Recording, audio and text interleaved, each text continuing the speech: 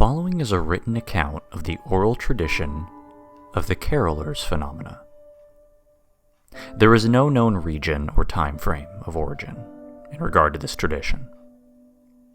Rather, this written account will pull folklore, urban myth, and eyewitness accounts from a variety of places and times. The carolers, sometimes referred to as the waysailers, is a phenomenon that occurs predominantly during the month of December.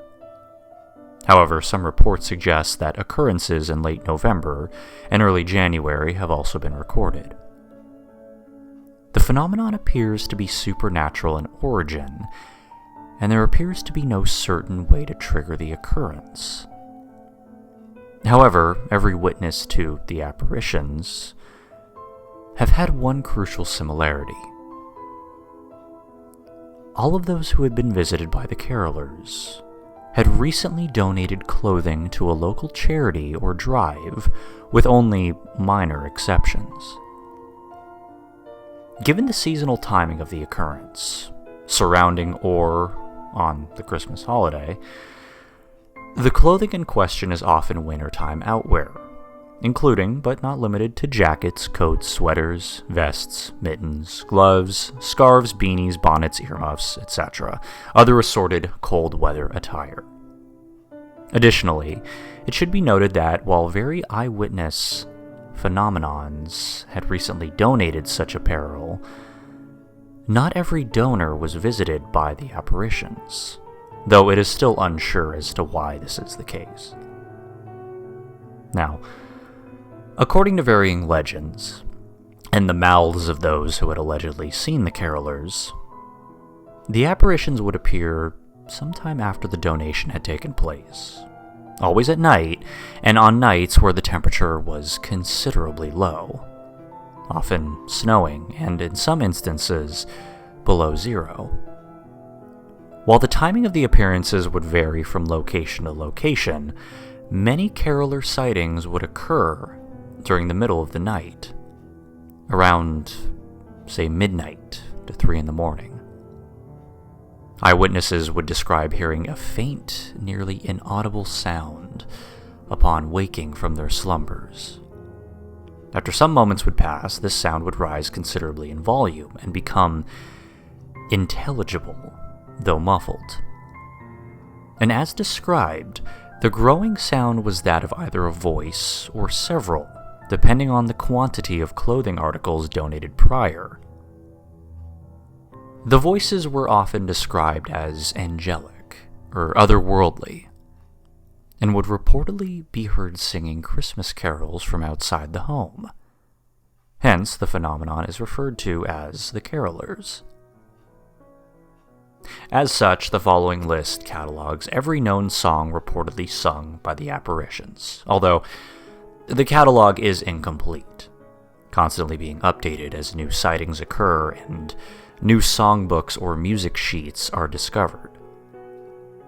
The songs are as follows: Here We Come A-Caroling, Silent Night, Good King Wenceslas, Adestus Fidelis, It Came Upon a Midnight Clear, God Rest Ye Merry Gentlemen, Angels We Have Heard on High, Coventry Carol, We Three Kings, In the Bleak Midwinter, and The Little Drummer Boy. Upon hearing any of these carols, for any undocumented ones not aforementioned, many of those who encountered the phenomenon would follow the sound to its point of origin, typically outside the home's or apartment's front door, where the witness in question would see what appeared to be the clothing that they had donated prior, suspended in the air and seemingly, quote, worn by an invisible person or people, with the sound emanating from where a mouth should be, often beneath a beanie or somewhere within a hooded coat. And upon the completion of the carol, these garments would then drop to the ground and the phenomenon would end. With the exception of a large family of 8 from Nebraska. Most sightings of the apparitions consisted of anywhere from 1 to 6 carolers outside the front door, with the average being 3. Due to the nature of typical clothing donations and drives, the outfits worn by the apparitions are often incomplete, with some being mere scarves 4 feet off the ground, to others, often visitors of more generous benefactors, being fully bundled with the exception of a face. Any and all appearances of the carolers phenomenon, despite differences in attire, or the amount thereof, behaved in a similar manner. The apparitions would appear, sing, and depart, with only a few rare exceptions that will be listed below.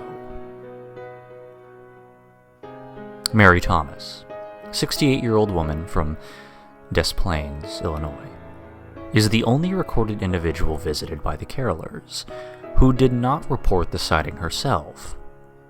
Rather, the sighting, though not confirmed to have been the carolers, but highly likely, was made by a neighbor who claimed that they had heard a loud banging sound sometime around 2:30 in the morning, during the morning of December 23rd, 1988.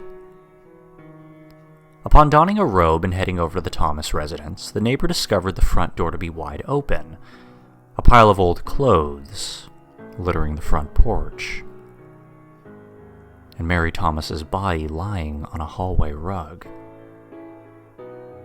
Thomas had suffered a heart attack sometime between 2 in the morning and when the neighbor had found her.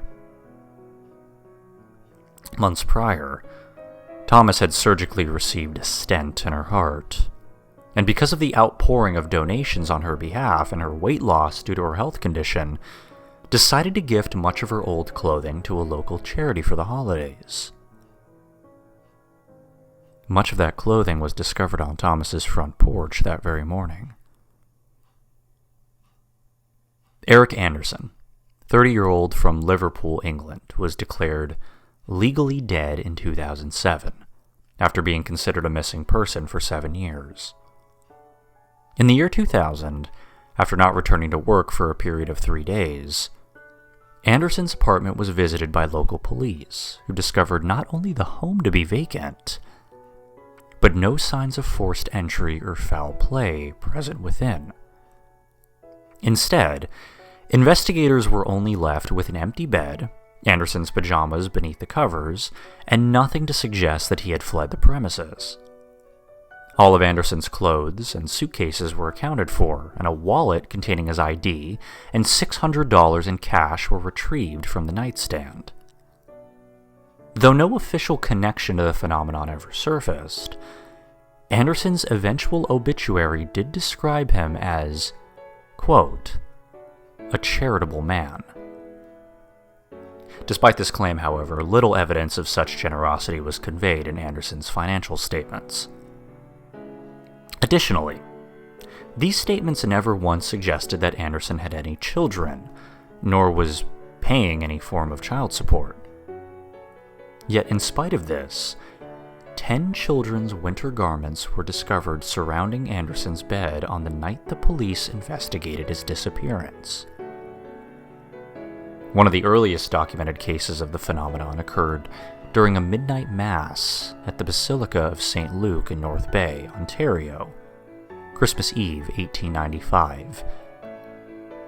The event describes a candlelit service that ended with a choral rendition of Silent Night. As the first verse came to an end and the second began, the congregation within the small church had heard a loud swell of voices that rattled the stained glass windows surrounding the entire building. Many of those within ceased their singing, but according to a letter written from the basilica to a neighboring one, the heavenly hosts continued in their praises until the final word was uttered. When the voices had finished the song, many of the congregants in attendance, led by candlelight, made their way outside and into the snowstorm that awaited them. Even those too fearful to trek beyond the warmth of the building rejoiced as the arms of their brothers and sisters in Christ carried bundles of blankets, hand-knitted sweaters, and other, quote, gifts from the Lord into the sanctuary. Many of these gifts would be distributed to the needy and poor the following Christmas morning, though to this day the origins of these articles remain a mystery. Many paranormal investigators and some religious scholars have concluded that if the claims of the phenomenon should be considered truthful, the carolers are mere harbingers who, rather than offer warnings for the future, offer gratitude for the past. However, others, far more skeptical of purely good-willed beings of Yule, suggest that the carolers, if they exist at all, may also serve as vengeful Christmas-time spirits.